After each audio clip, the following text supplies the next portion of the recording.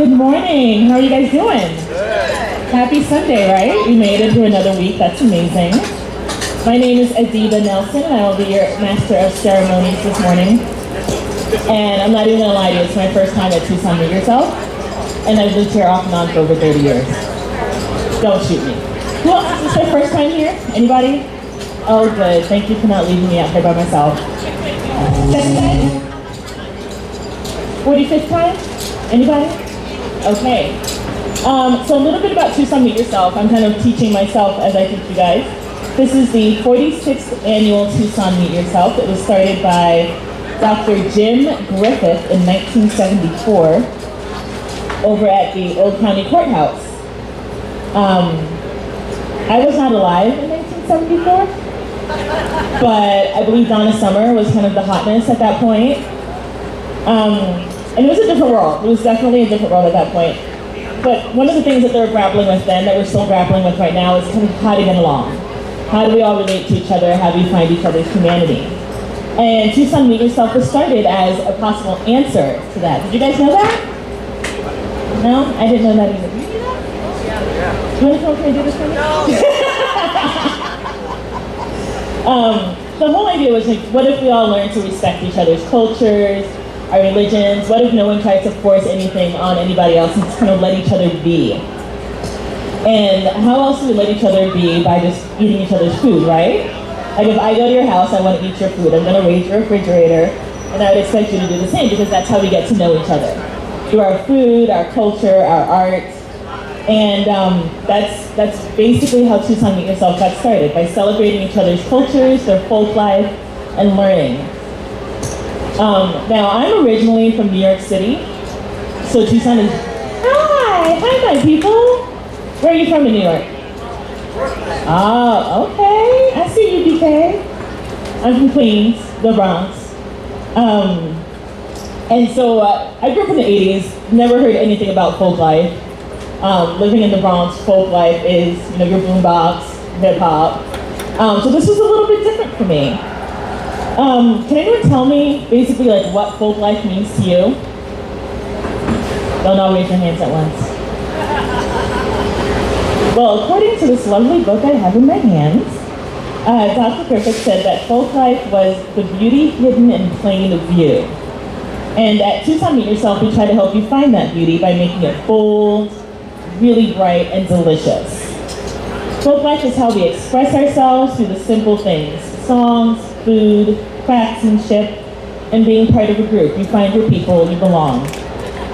And so Tucson Meet Yourself, like I said, is produced by Southwest Folk Alliance, which is an independent nonprofit organization that's affiliated with the U of A and the College of Social and Behavioral Sciences. It is free, which is fantastic. There's 3 stages, 100 performing groups, 100 folk artists, and nearly 60 food vendors. So, has any of you started eating yet this morning? No? You have 60 to go and choose from. I would like reports back. Whoever gets like 55 gets a major high five from me. There is Colombian food, Brazilian food, food from Burma.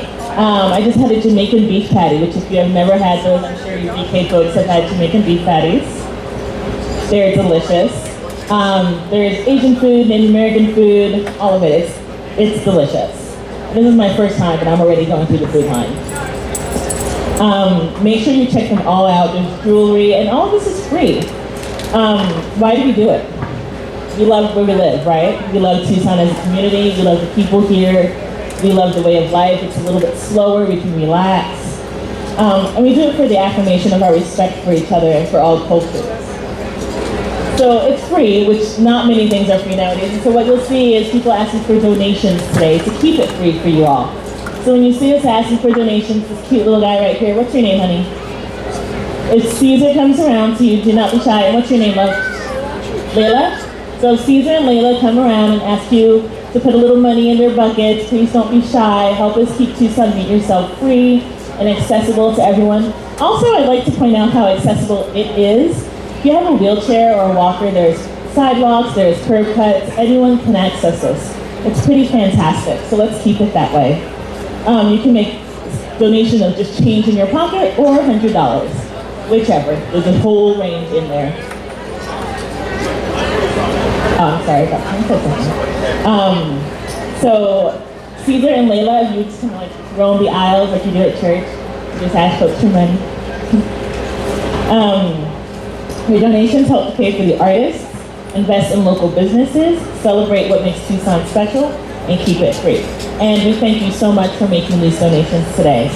There's also a small raffle, which we'll tell you about after the bell.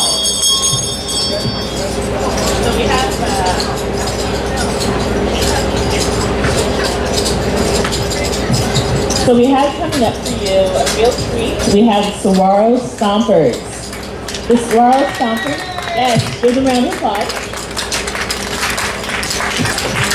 The Saguaro Stompers have been performing together for 5 years under the direction of Katie Popiel, who has been clogging for close to 30 years. Which one is Katie? Hi, Katie. This is Katie. She's been clogging for as old as she is, because you don't look like you're a day over 30.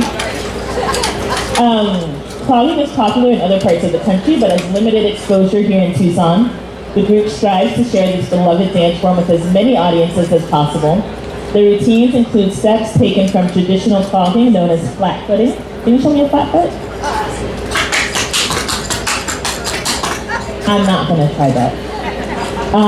The performance also includes a circle dance with lots of partner work that embraces the fact that clogging was closely related to square dancing at one point. I did not know that. Pretty amazing. Clogging is a type of folk dance in which the dancer's footwear is used percussively by striking the heel, the toe, or both against the floor or each other to create audible rhythms, usually to the downbeat, with the heel keeping the rhythm. Clogging is often considered the first form of street dance. What? For real? We're gonna go with it. Well, the book says it, so it's true. Clogging is often considered the first form of street dance because it has evolved in urban environments during the Industrial Revolution. The dance has origins in Wales and England, but its core style can be seen in African American rhythm and even Mexican zapateo. Take it away. Hello, thank you so much for joining us. We're so excited to be here. Our first performance as a team was at the 2011 Tucson Meet Yourself. So this event has a special place in our hearts. So we're so happy to be here. I usually emphasize the Irish, English, and German components of clogging. I didn't hear if that intro mentioned that it started in the 1700s. So it's an old form that's been evolving ever since. Yes, closely related to tap dance. And so one of the dances we do today, we're going to do an Irish dance so you can see how closely they are related. Without further ado, I'm going to shut up so we can dance.